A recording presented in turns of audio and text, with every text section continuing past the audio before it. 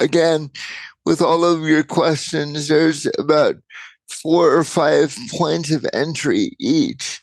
Um, Dialectic is very etymologically akin to dialogue. Those words are very, very similar. Um, and in fact, uh, the word philosopher um, is a word that we use somewhat um, anachronistically to the Socratic tradition. He didn't call himself a philosopher; he called himself a dialectician, uh, somebody who likes to talk to people. Um, but within the expansive course of Western philosophy, especially with Hegelian dialectic, um, dialectic takes on a unique meaning and function within philosophy. Um, and in the famous Hegelian dialectic, you have your thesis and your antithesis, and then your synthesis. This kind of new thing, and this is kind of a philosophical recite about as organically or naturally as E equals MC squared. This is just one of those equations of life that everybody picks up. And so I think that a lot of that language uh, is cemented in Western thought around Hegel and those times, but it certainly precedes Hegel.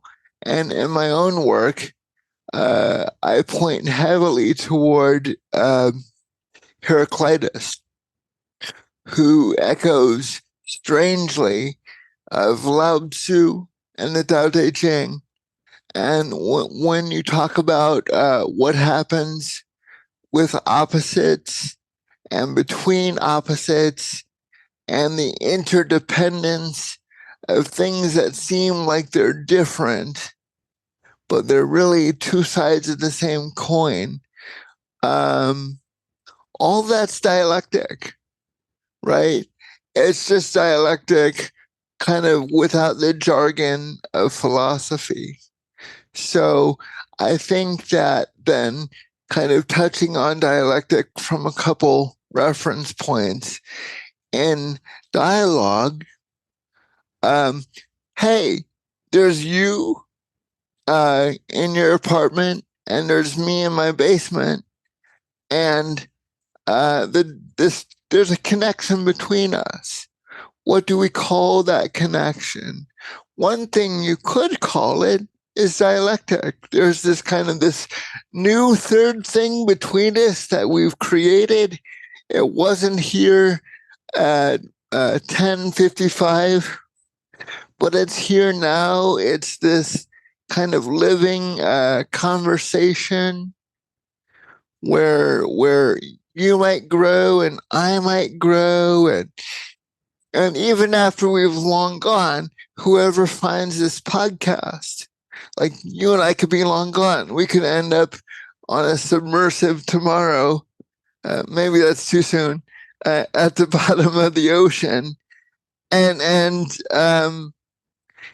here, but this thing that we constructed lives on and changes things and has its own life.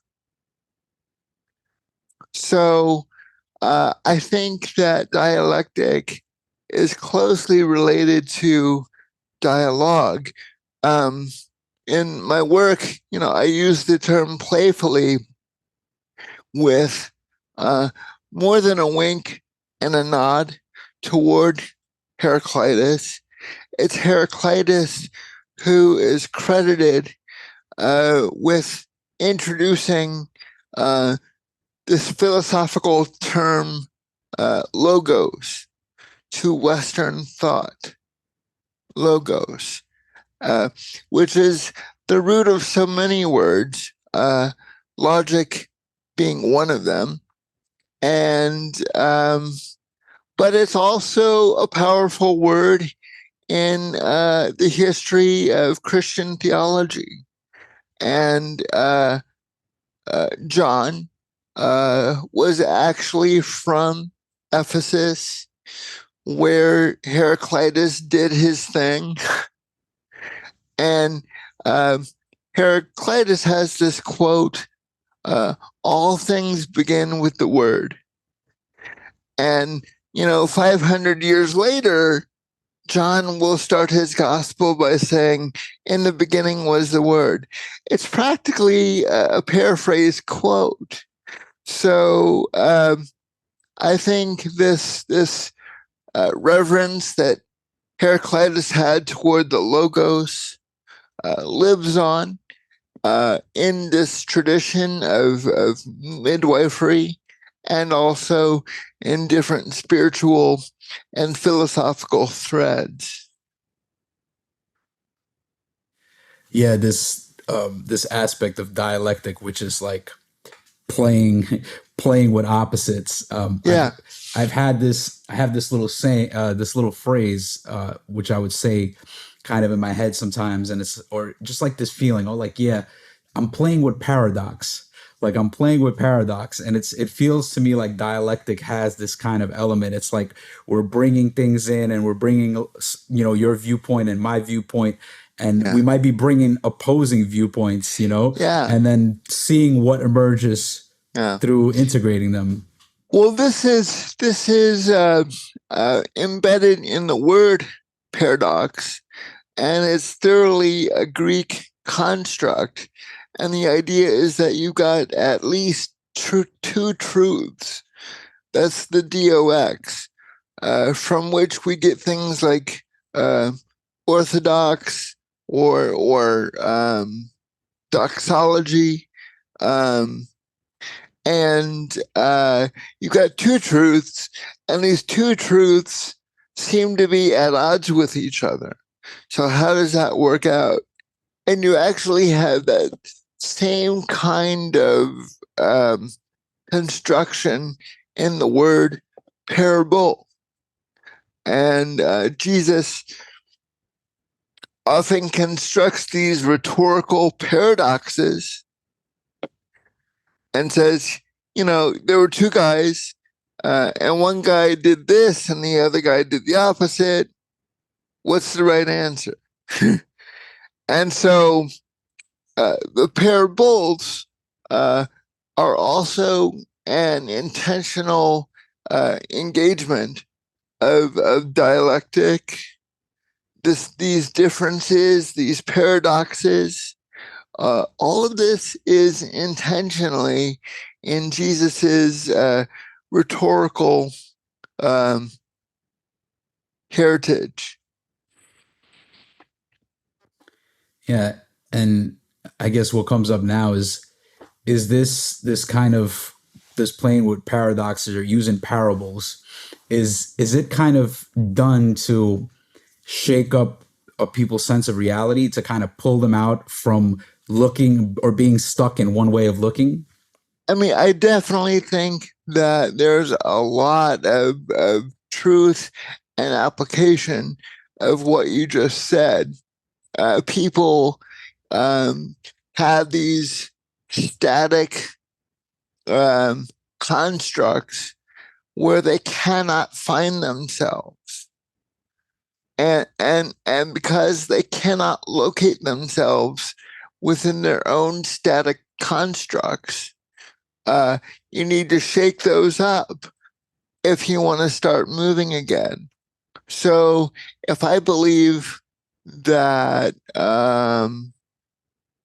God is someone I want to be in relationship with, but then I also say God is perfect and God has all these rules, and I haven't been so good with the rules, well, then I feel discouraged. I can't even start, I can't even imagine a spiritual or philosophical life for myself because I've kind of defined it as an impossibility for me or my tradition, you know? Um, and so what Jesus does intentionally is to destabilize those constructs and say, no, let me tell you the story about second chances. And the individual was never thinking about second chances. So, absolutely.